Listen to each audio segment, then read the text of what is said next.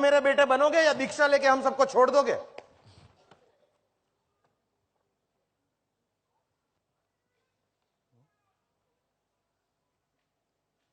मैं आपकी अनुमति से दीक्षा लूंगा। देखा, मैंने कहा था ना ये नहीं रुकेगा। अरे आप एक बार तय क्यों नहीं करते कि आप मेरे बारे में क्या सोचते हैं? मैं एक बेटे को उसके बाप से अलग करने वाला षड्यंत्रखोर लड़का हूं या दीक्षा लेने वाला सज्जन और गुणी लड़का? दीक्षा लेने वाला लड़का अगर सज्जन और गुणी होता तो अपने घर वालों को छोड़कर उसके साथ अन्याय नहीं करता। क्या था इसकी चैलेंज का दूसरा टॉपिक क्या था? साधु और संसारी दोनों में से निर्दोष जीवन किसका है? साधु का जीवन निर्दोष कैसे हो सकता है भाई? जो इंसान अपने परिवार को छोड़ के उसके साथ अन्याय करके जा रहा हो उसका जीवन निर्दोष कैसे हो सकता है? उसे तो किसी का भरोसा तोड़ने वाला, किसी की परवाह ना करने वाला अन्यायी कर्म ही कहा जाएगा ना भाई। पर मामा, अन्यायी उन्हें कहते जो किसी का हक मार के अपना काम करते। दीक्षा लेने वाला तो उल्टा अपना हक त्याग के निकलते। वेरी गुड मिट्टू, कॉन्फिडेंस बढ़ रहा है तेरा। हाँ, वो असेट्स, गुडविल, सारी चीजें छोड़कर निकलता है, तो वो अन्याय कैसे हुआ? एक मिनट, यहां पर बात सिर्फ पैसों या एसेट्स की नहीं हो रही है। एक माँ बाप बड़े ही प्यार से अपने बच्चे को पालते हैं, पोसते हैं, उनकी शिक्षा, उनकी हेल्थ, उनकी सुख दुख की चिंता करते हैं, खुद कितने सेक्रीफाइसेस करते हैं और तो लगातार एक खुशहाल जिंदगी देने की कोशिश करते हैं अपने बच्चे को। अब वही बच्चा उसी माँ बाप को छोड़कर चला जाए तो उनके प्रति यह अन्याय नहीं होगा? आप मुझे एक बात बताइए, जब कोई मेडिकल की पढ़ाई के लिए अब्रॉड जाता है और वहीं सेटल होकर वहीं के लोगों के काम आता है, तब आप उसे क्या कहोगे? भाई, उसकी कमाई उसी के घर वालों के काम आने वाली है ना। लेकिन अभी तो बात हुई कि बात सिर्फ पैसे या कमाई की नहीं है, उसके अलावा भी दूसरी चीजें हैं जैसे प्यार, ममता, लगाव, सैक्रिफाइस। लेकिन बात जब समाज की आती है तब हमें परिवार को गौण करना पड़ता है सत्यम। वैसे मैंने तो ज्यादातर लोगों के मुंह से यही सुना है कि वहां ज्यादा स्कोप है इसलिए वहां जा रहे हैं, और स्कोप का मतलब ज्यादातर पैसा, गाड़ी, तरक्की, बंगला ही होती है। उसके पीछे समाज और देश के लिए हित और सेवा की भावना कम ही होती है। सत्य, इन पर उनका काम ही ऐसा है कि उनके प्रोग्रेस में समाज की भी उन्नति खुद ब खुद होनी है। और बाकी में कई सारे ऐसे डॉक्टर्स और बहुत लोग हैं जो गांव-गांव जाकर सेवाएं देते हैं फ्री में।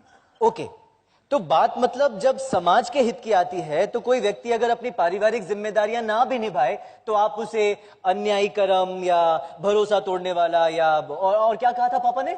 किसी की परवाह न करने वाला। हाँ, ऐसा नहीं कहोगे, राइट? ओके, और एक सैनिक जब घर छोड़कर जाता है तब आप उसे क्या कहोगे? भाई, वो तो उससे भी बड़ा कर्तव्य निभाने जा रहा है। जो इंसान देश के प्रति अपना कर्तव्य निभा रहा हो उसे पारिवारिक जिम्मेदारियों में बांध के कैसे रख सकते हैं? तो जब देश और समाज के प्रति अपने कर्तव्य निभाने वाले आदमी को अपना पारिवारिक जिम्मेदारी ना निभाने पर भी आप सम्मान देते हो, तो जो इंसान, जो व्यक्ति पूरे विश्व के कल्याण के लिए समर्पित है उसे क्यों अन्यायी कहा जाता है? लेकिन ये सत्येन, अच्छा पॉइंट निकाला, ये अच्छा पॉइंट निकाला। लेकिन सत्येन, ऐसा कैसे कह सकते हैं कि वो वैश्विक कल्याण के लिए जा रहा है? वो तो सिर्फ अपने आत्म कल्याण के लिए जा रहा है ना। ये अच्छा पॉइंट निकाला है। सत्येन भाई, जिस तरह एक डॉक्टर की भलाई में पूरे समाज की भलाई अपने आप छिपी होती है, उसी तरह एक साधु, एक संत के आत्म कल्याण में पूरे विश्व का हित ऑटोमेटिकली छिपा होता है। बात गले नहीं उतरी? नहीं, मैं उतारता हूं। आप मुझे यह बताइए कि आज विश्व की सबसे सुलगती हुई समस्याएं क्या है? इकोलॉजिकल प्रॉब्लम्स, जैसे कि नेचुरल रिसोर्सेज घट रहे हैं।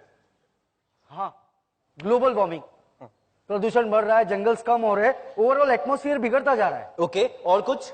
और कंज्यूमरिज्म, उपभोक्तावाद। मतलब महाराज, कंज्यूमरिज्म यानी 4 लोगों के परिवार में 4 टीवी और 6 मोबाइल, चार्टर्ड प्लेन में बैठकर विदेश में कपड़े खरीदने जाना, 200 रुपए की चीज खाने के लिए 400 रुपए का पेट्रोल बिगाड़ना, इसे कहते हैं कंज्यूमरिज्म। हाँ, इन शॉर्ट जरूरत के हिसाब से नहीं, जरूरत से ज्यादा भुगतना। But what is the point Satyen भाई, द पॉइंट इज कि हमारे नेचुरल रिसोर्सेज घटते जा रहे हैं। The scientist are saying that we are running towards the doomsday. ऐसे में तो हमें उन्हें सोच समझकर खर्च करना चाहिए ना, लेकिन बदले में हम क्या कर रहे हैं? हम उन्हें बस अपने शो ऑफ के लिए, अपनी मौज या शौक के लिए इस्तेमाल कर रहे हैं और करते ही जा रहे हैं, विच इज क्रिमिनल। हम हमारे बच्चों की जनरेशन को और भी खतरे में डालते जा रहे हैं। Correct, I agree, but what is the point? तुम क्या कहना चाह रहे हो? सत्येन भाई, द पॉइंट इज कि जहां विश्व में एक तरफ ecological problem, global warming, consumerism, ये सारी प्रॉब्लम है जिनकी ओर हम ध्यान भी नहीं देते, वहीं दूसरी तरफ आप एक साधु का जीवन देखिए। मोस्ट मिनिमम रिसोर्सेज में जीते हैं, ना टीवी, ना फ्रिज, ना मोबाइल, ना एसी। अरे एसी तो छोड़ो, पंखा तक इस्तेमाल नहीं करते साधु। ग्लोबल वार्मिंग हो ऐसी कोई भी चीज इस्तेमाल नहीं होती उनसे। न कार, न बस, न प्लेन, न स्कूटर जिससे पेट्रोल जैसी नेचुरल रिसोर्सेज यूज हो और वातावरण में प्रदूषण फैले। हाँ, जहां सारी की सारी दुनिया कंज्यूमरिज्म की ओर दौड़ रही है, वहां साधु ने संतोष और निष्प्रियता को अपना जीवन साथी बनाया है। किसी भी चीज के पीछे कोई भागा दौड़ी नहीं, सबके हित की चिंता, सबके मंगल की कामना। विश्व के सभी जीवों के प्रति उनकी ओर से कोई अन्याय ना हो, इस बात के लिए हर पल जागृत रहते हैं साधु। हाँ सत्येन भाई, साधु का जीवन समग्र जीव सृष्टि के प्रति न्याय, सद्भाव और रक्षा के भाव से भरा है। एक परिवार को छोड़कर पूरे विश्व को अपना परिवार बना लेते हैं साधु। सबके हित की चिंता, सबके मंगल की कामना। उनकी जीवन व्यवस्था को इस तरह से सोचकर बनाया गया है कि बड़े से बड़े जीवों से लेकर छोटी छोटी चींटियां तो छोड़ो, जो जीव ना दिखाई देते हो वैसे सूक्ष्म जीवों के प्रति उनकी ओर से अन्याय ना हो, इस बात के लिए हर पल जागृत रहते हैं साधु। साधुओं के बारे में इस एंगल से मैंने कभी नहीं सोचा। अपने कोमल हृदय में सबका हित समाकर बैठते हैं साधु। ऐसे साधु को आप अपने परिवार की ओर अन्यायी मानोगे?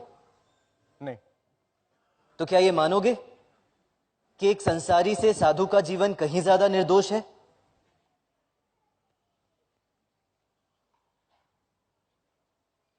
हाँ। नहीं,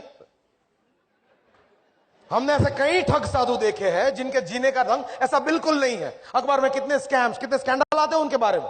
अरे ब्लैक शीप किस फील्ड में नहीं होते? कुछ ऐसे साधुओं की वजह से आप पूरे साधु समाज या उनकी जीवन व्यवस्था को तो बुरा नहीं मान सकते ना। He is right papa. What is right about this? What is right Satyan? Just think, अगर सारी दुनिया साधु की तरह जीने लगे तो समाज का क्या हो? 21वीं सदी से 19वीं सदी में चले जाएंगे सब। Just close your eyes and think of a world without innovation, जहां कंप्यूटर नहीं, मोबाइल नहीं, एसी नहीं, टीवी नहीं, इंटरनेट नहीं, इलेक्ट्रिसिटी नहीं, कार नहीं, स्कूटर नहीं, थिएटर नहीं, पिक्चर नहीं, nothing. Wow! Yes, just think of it. अरे इन सारी चीजों के बगैर भी पहले दुनिया मजे से जीती थी ना। आज जितनी स्ट्रेस, असंतोष और फ्रस्ट्रेशन से भरी है, उससे तो बेहतर ही थी 19वीं सदी। लोग एक दूसरे का ख्याल अपने मोबाइल से ज्यादा रखते थे, रिश्ते ज्यादा मजबूत थे, सुखी होने के साधन कम थे, लेकिन खुश होने के लिए समय बहुत था। आज तो हम सारा समय सुखी होने के साधन जुटाने में बिता देते हैं। ये सत्यन भाई, जस्ट थिंक ऑफ इट कि हर कोई एक साधु की तरह रहने लगे तो क्या हो? Just close your eyes and think of a world जहां हिंसा नहीं, बैर नहीं, ईर्ष्या नहीं, केवल शांति है, संतोष है। ये खाली बातें हैं, कोई साधु इतना कंप्लीट नहीं होता। लेकिन उस दिशा की ओर बढ़ तो रहा है ना। लेकिन इनकम्प्लीट तो है ना। अरे पापा प्लीज अंडरस्टैंड, अगर सामने वाला सही हो और हम गलत, तो उसकी बात मानना हमारी हार नहीं बल्कि जीत की तरफ हमारा पहला कदम है। ये बात आपने मुझे सिखाई है।